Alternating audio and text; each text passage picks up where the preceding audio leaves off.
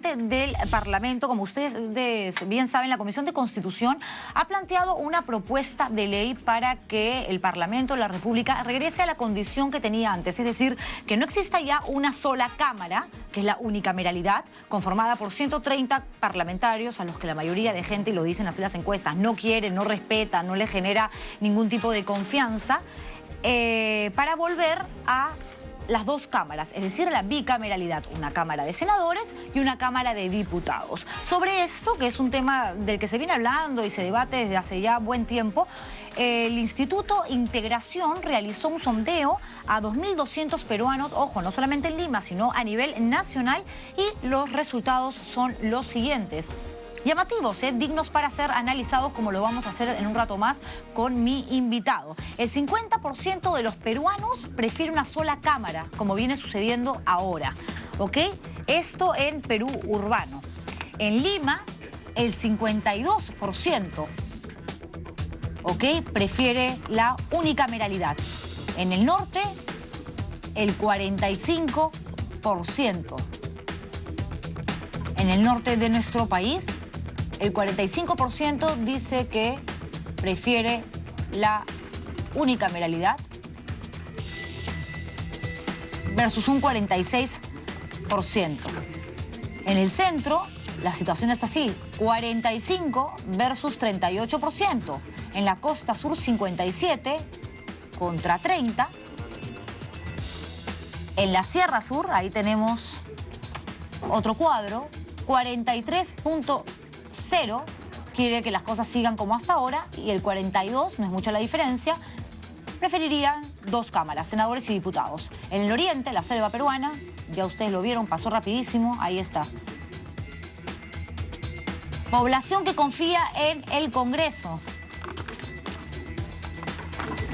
42 versus 52 que apoya la bicameralidad. Población que desconfía en el Congreso, 53 versus 38. Bueno, estos datos evidentemente lo que generan son muchas preguntas, algunas suspicacias que queremos pues tratar de solucionar para que a ustedes les quede el tema mucho más claro. Así que hemos invitado a Alejandro Rospigliosi, que es especialista en Derecho Constitucional y Electoral. ¿Cómo estás, Alejandro? Gracias por venir. ¿Cómo están? Una de las cosas que más llama la atención es que el 50% en el total, ¿no?, de los consultados, de los encuestados, prefiere una sola cámara, es decir, que las cosas sigan como hasta ahora. Sin embargo, hay una queja constante contra el Congreso, es decir, no me gusta cómo está, pero si puede cambiar para mejor, que podría darse en caso se apruebe este proyecto y regrese la bicameralidad, no quiero que suceda porque va a haber más plata y ya pasaría de ser 130 congresistas a 190. ¿Cómo lo entiendes tú? Primero, que el aporte del Instituto de Integración es muy importante para mejorar el nivel de cultura política de los ciudadanos en general. Y en efecto, hay dos propuestas.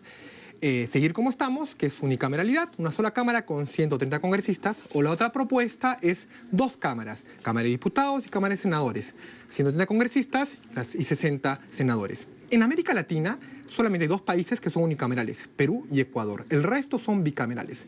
Pero más allá de eso, que al ciudadano le puede parecer un poco un tema poco conocido, lo más importante es cómo mejorar el nivel de representación del Parlamento respecto a los ciudadanos.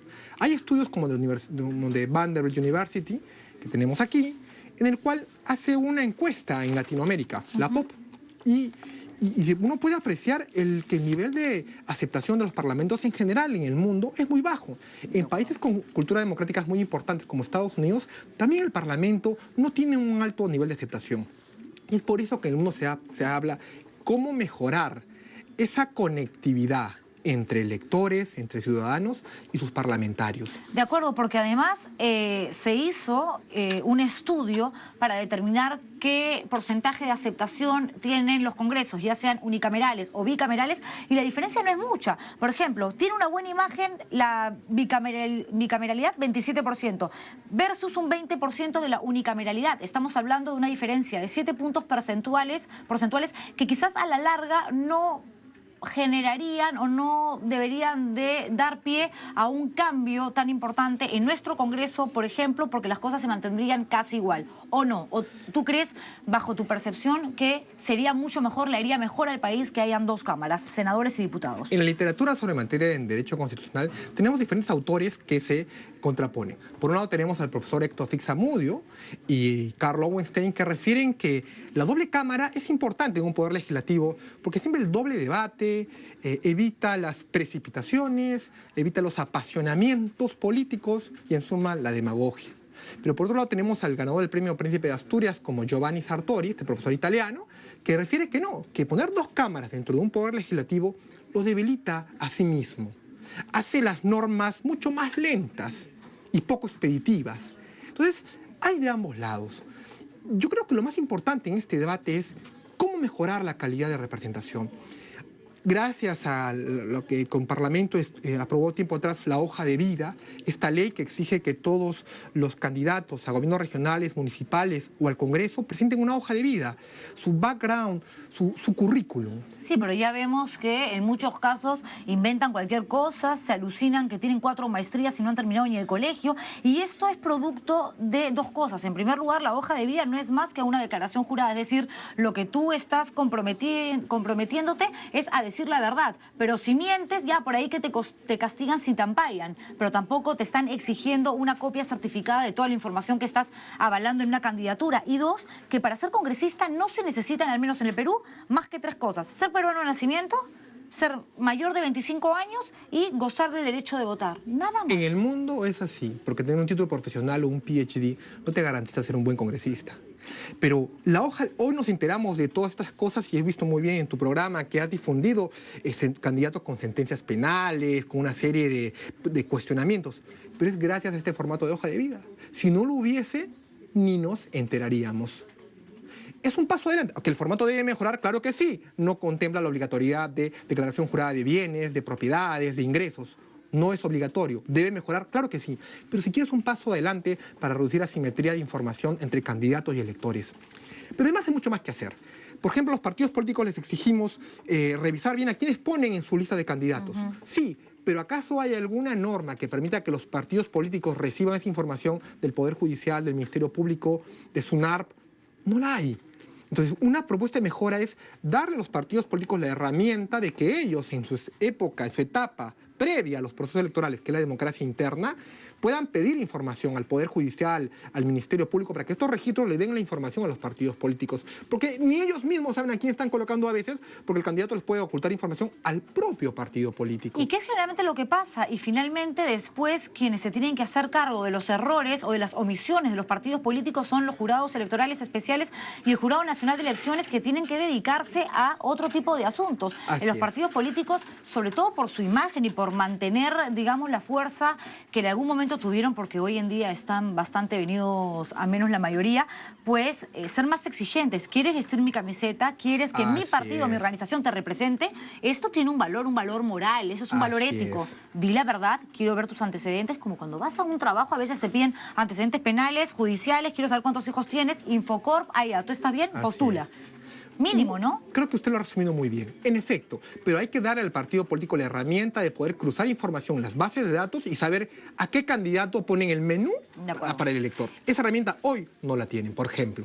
Alejandro, y sobre, ya para terminar, el asunto de la bicameralidad. Hay gente que se deja llevar por el número, ¿no? Hoy tenemos 130 congresistas. Si regresáramos a las 2 cámaras, pues habrían 190, 60 parlamentarios más. ¿Y qué? Para hacer lo mismo. Esa es, digamos, la interrogante de las personas. Me gustaría que brevemente hagas una pequeña explicación de lo que haría un senador y de lo que haría un diputado. Un proyecto de ley presentado por mesa de partes en un congreso tendría que pasar por las comisiones respectivas. Si es un tema de economía, a tal comisión, de trabajo, lo que fuere.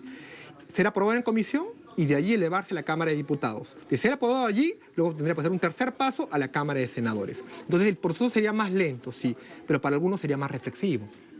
Además, de repente tendríamos menos cantidad de leyes aprobadas, pero que a la hora de ejecutarse, digamos, serían mucho más estrictas porque han sido más analizadas y ha habido un estudio previo, ¿no? Algo que falta por hacer en Perú para fortalecer democracias y que hay en otros parlamentos es que una vez que se aprueba una ley y se publica en el Diario Oficial Peruano, nadie sabe cómo fue esa norma, si cumplió su cometido. Hay que evaluar no solamente las normas antes de ser aprobadas, sino después, qué efecto tuvieron y qué indicadores cumplieron. Eso es importante. Muchísimas gracias, Alejandro, por haber venido. He conversado con Alejandro Rospigliosi, que es experto en Derecho Constitucional y Electoral. A esta hora de la tarde vienen los titulares y luego regresa Karen Herrera. Yo me reencuentro con ustedes exactamente a las 6:30 aquí en la Central de Informaciones.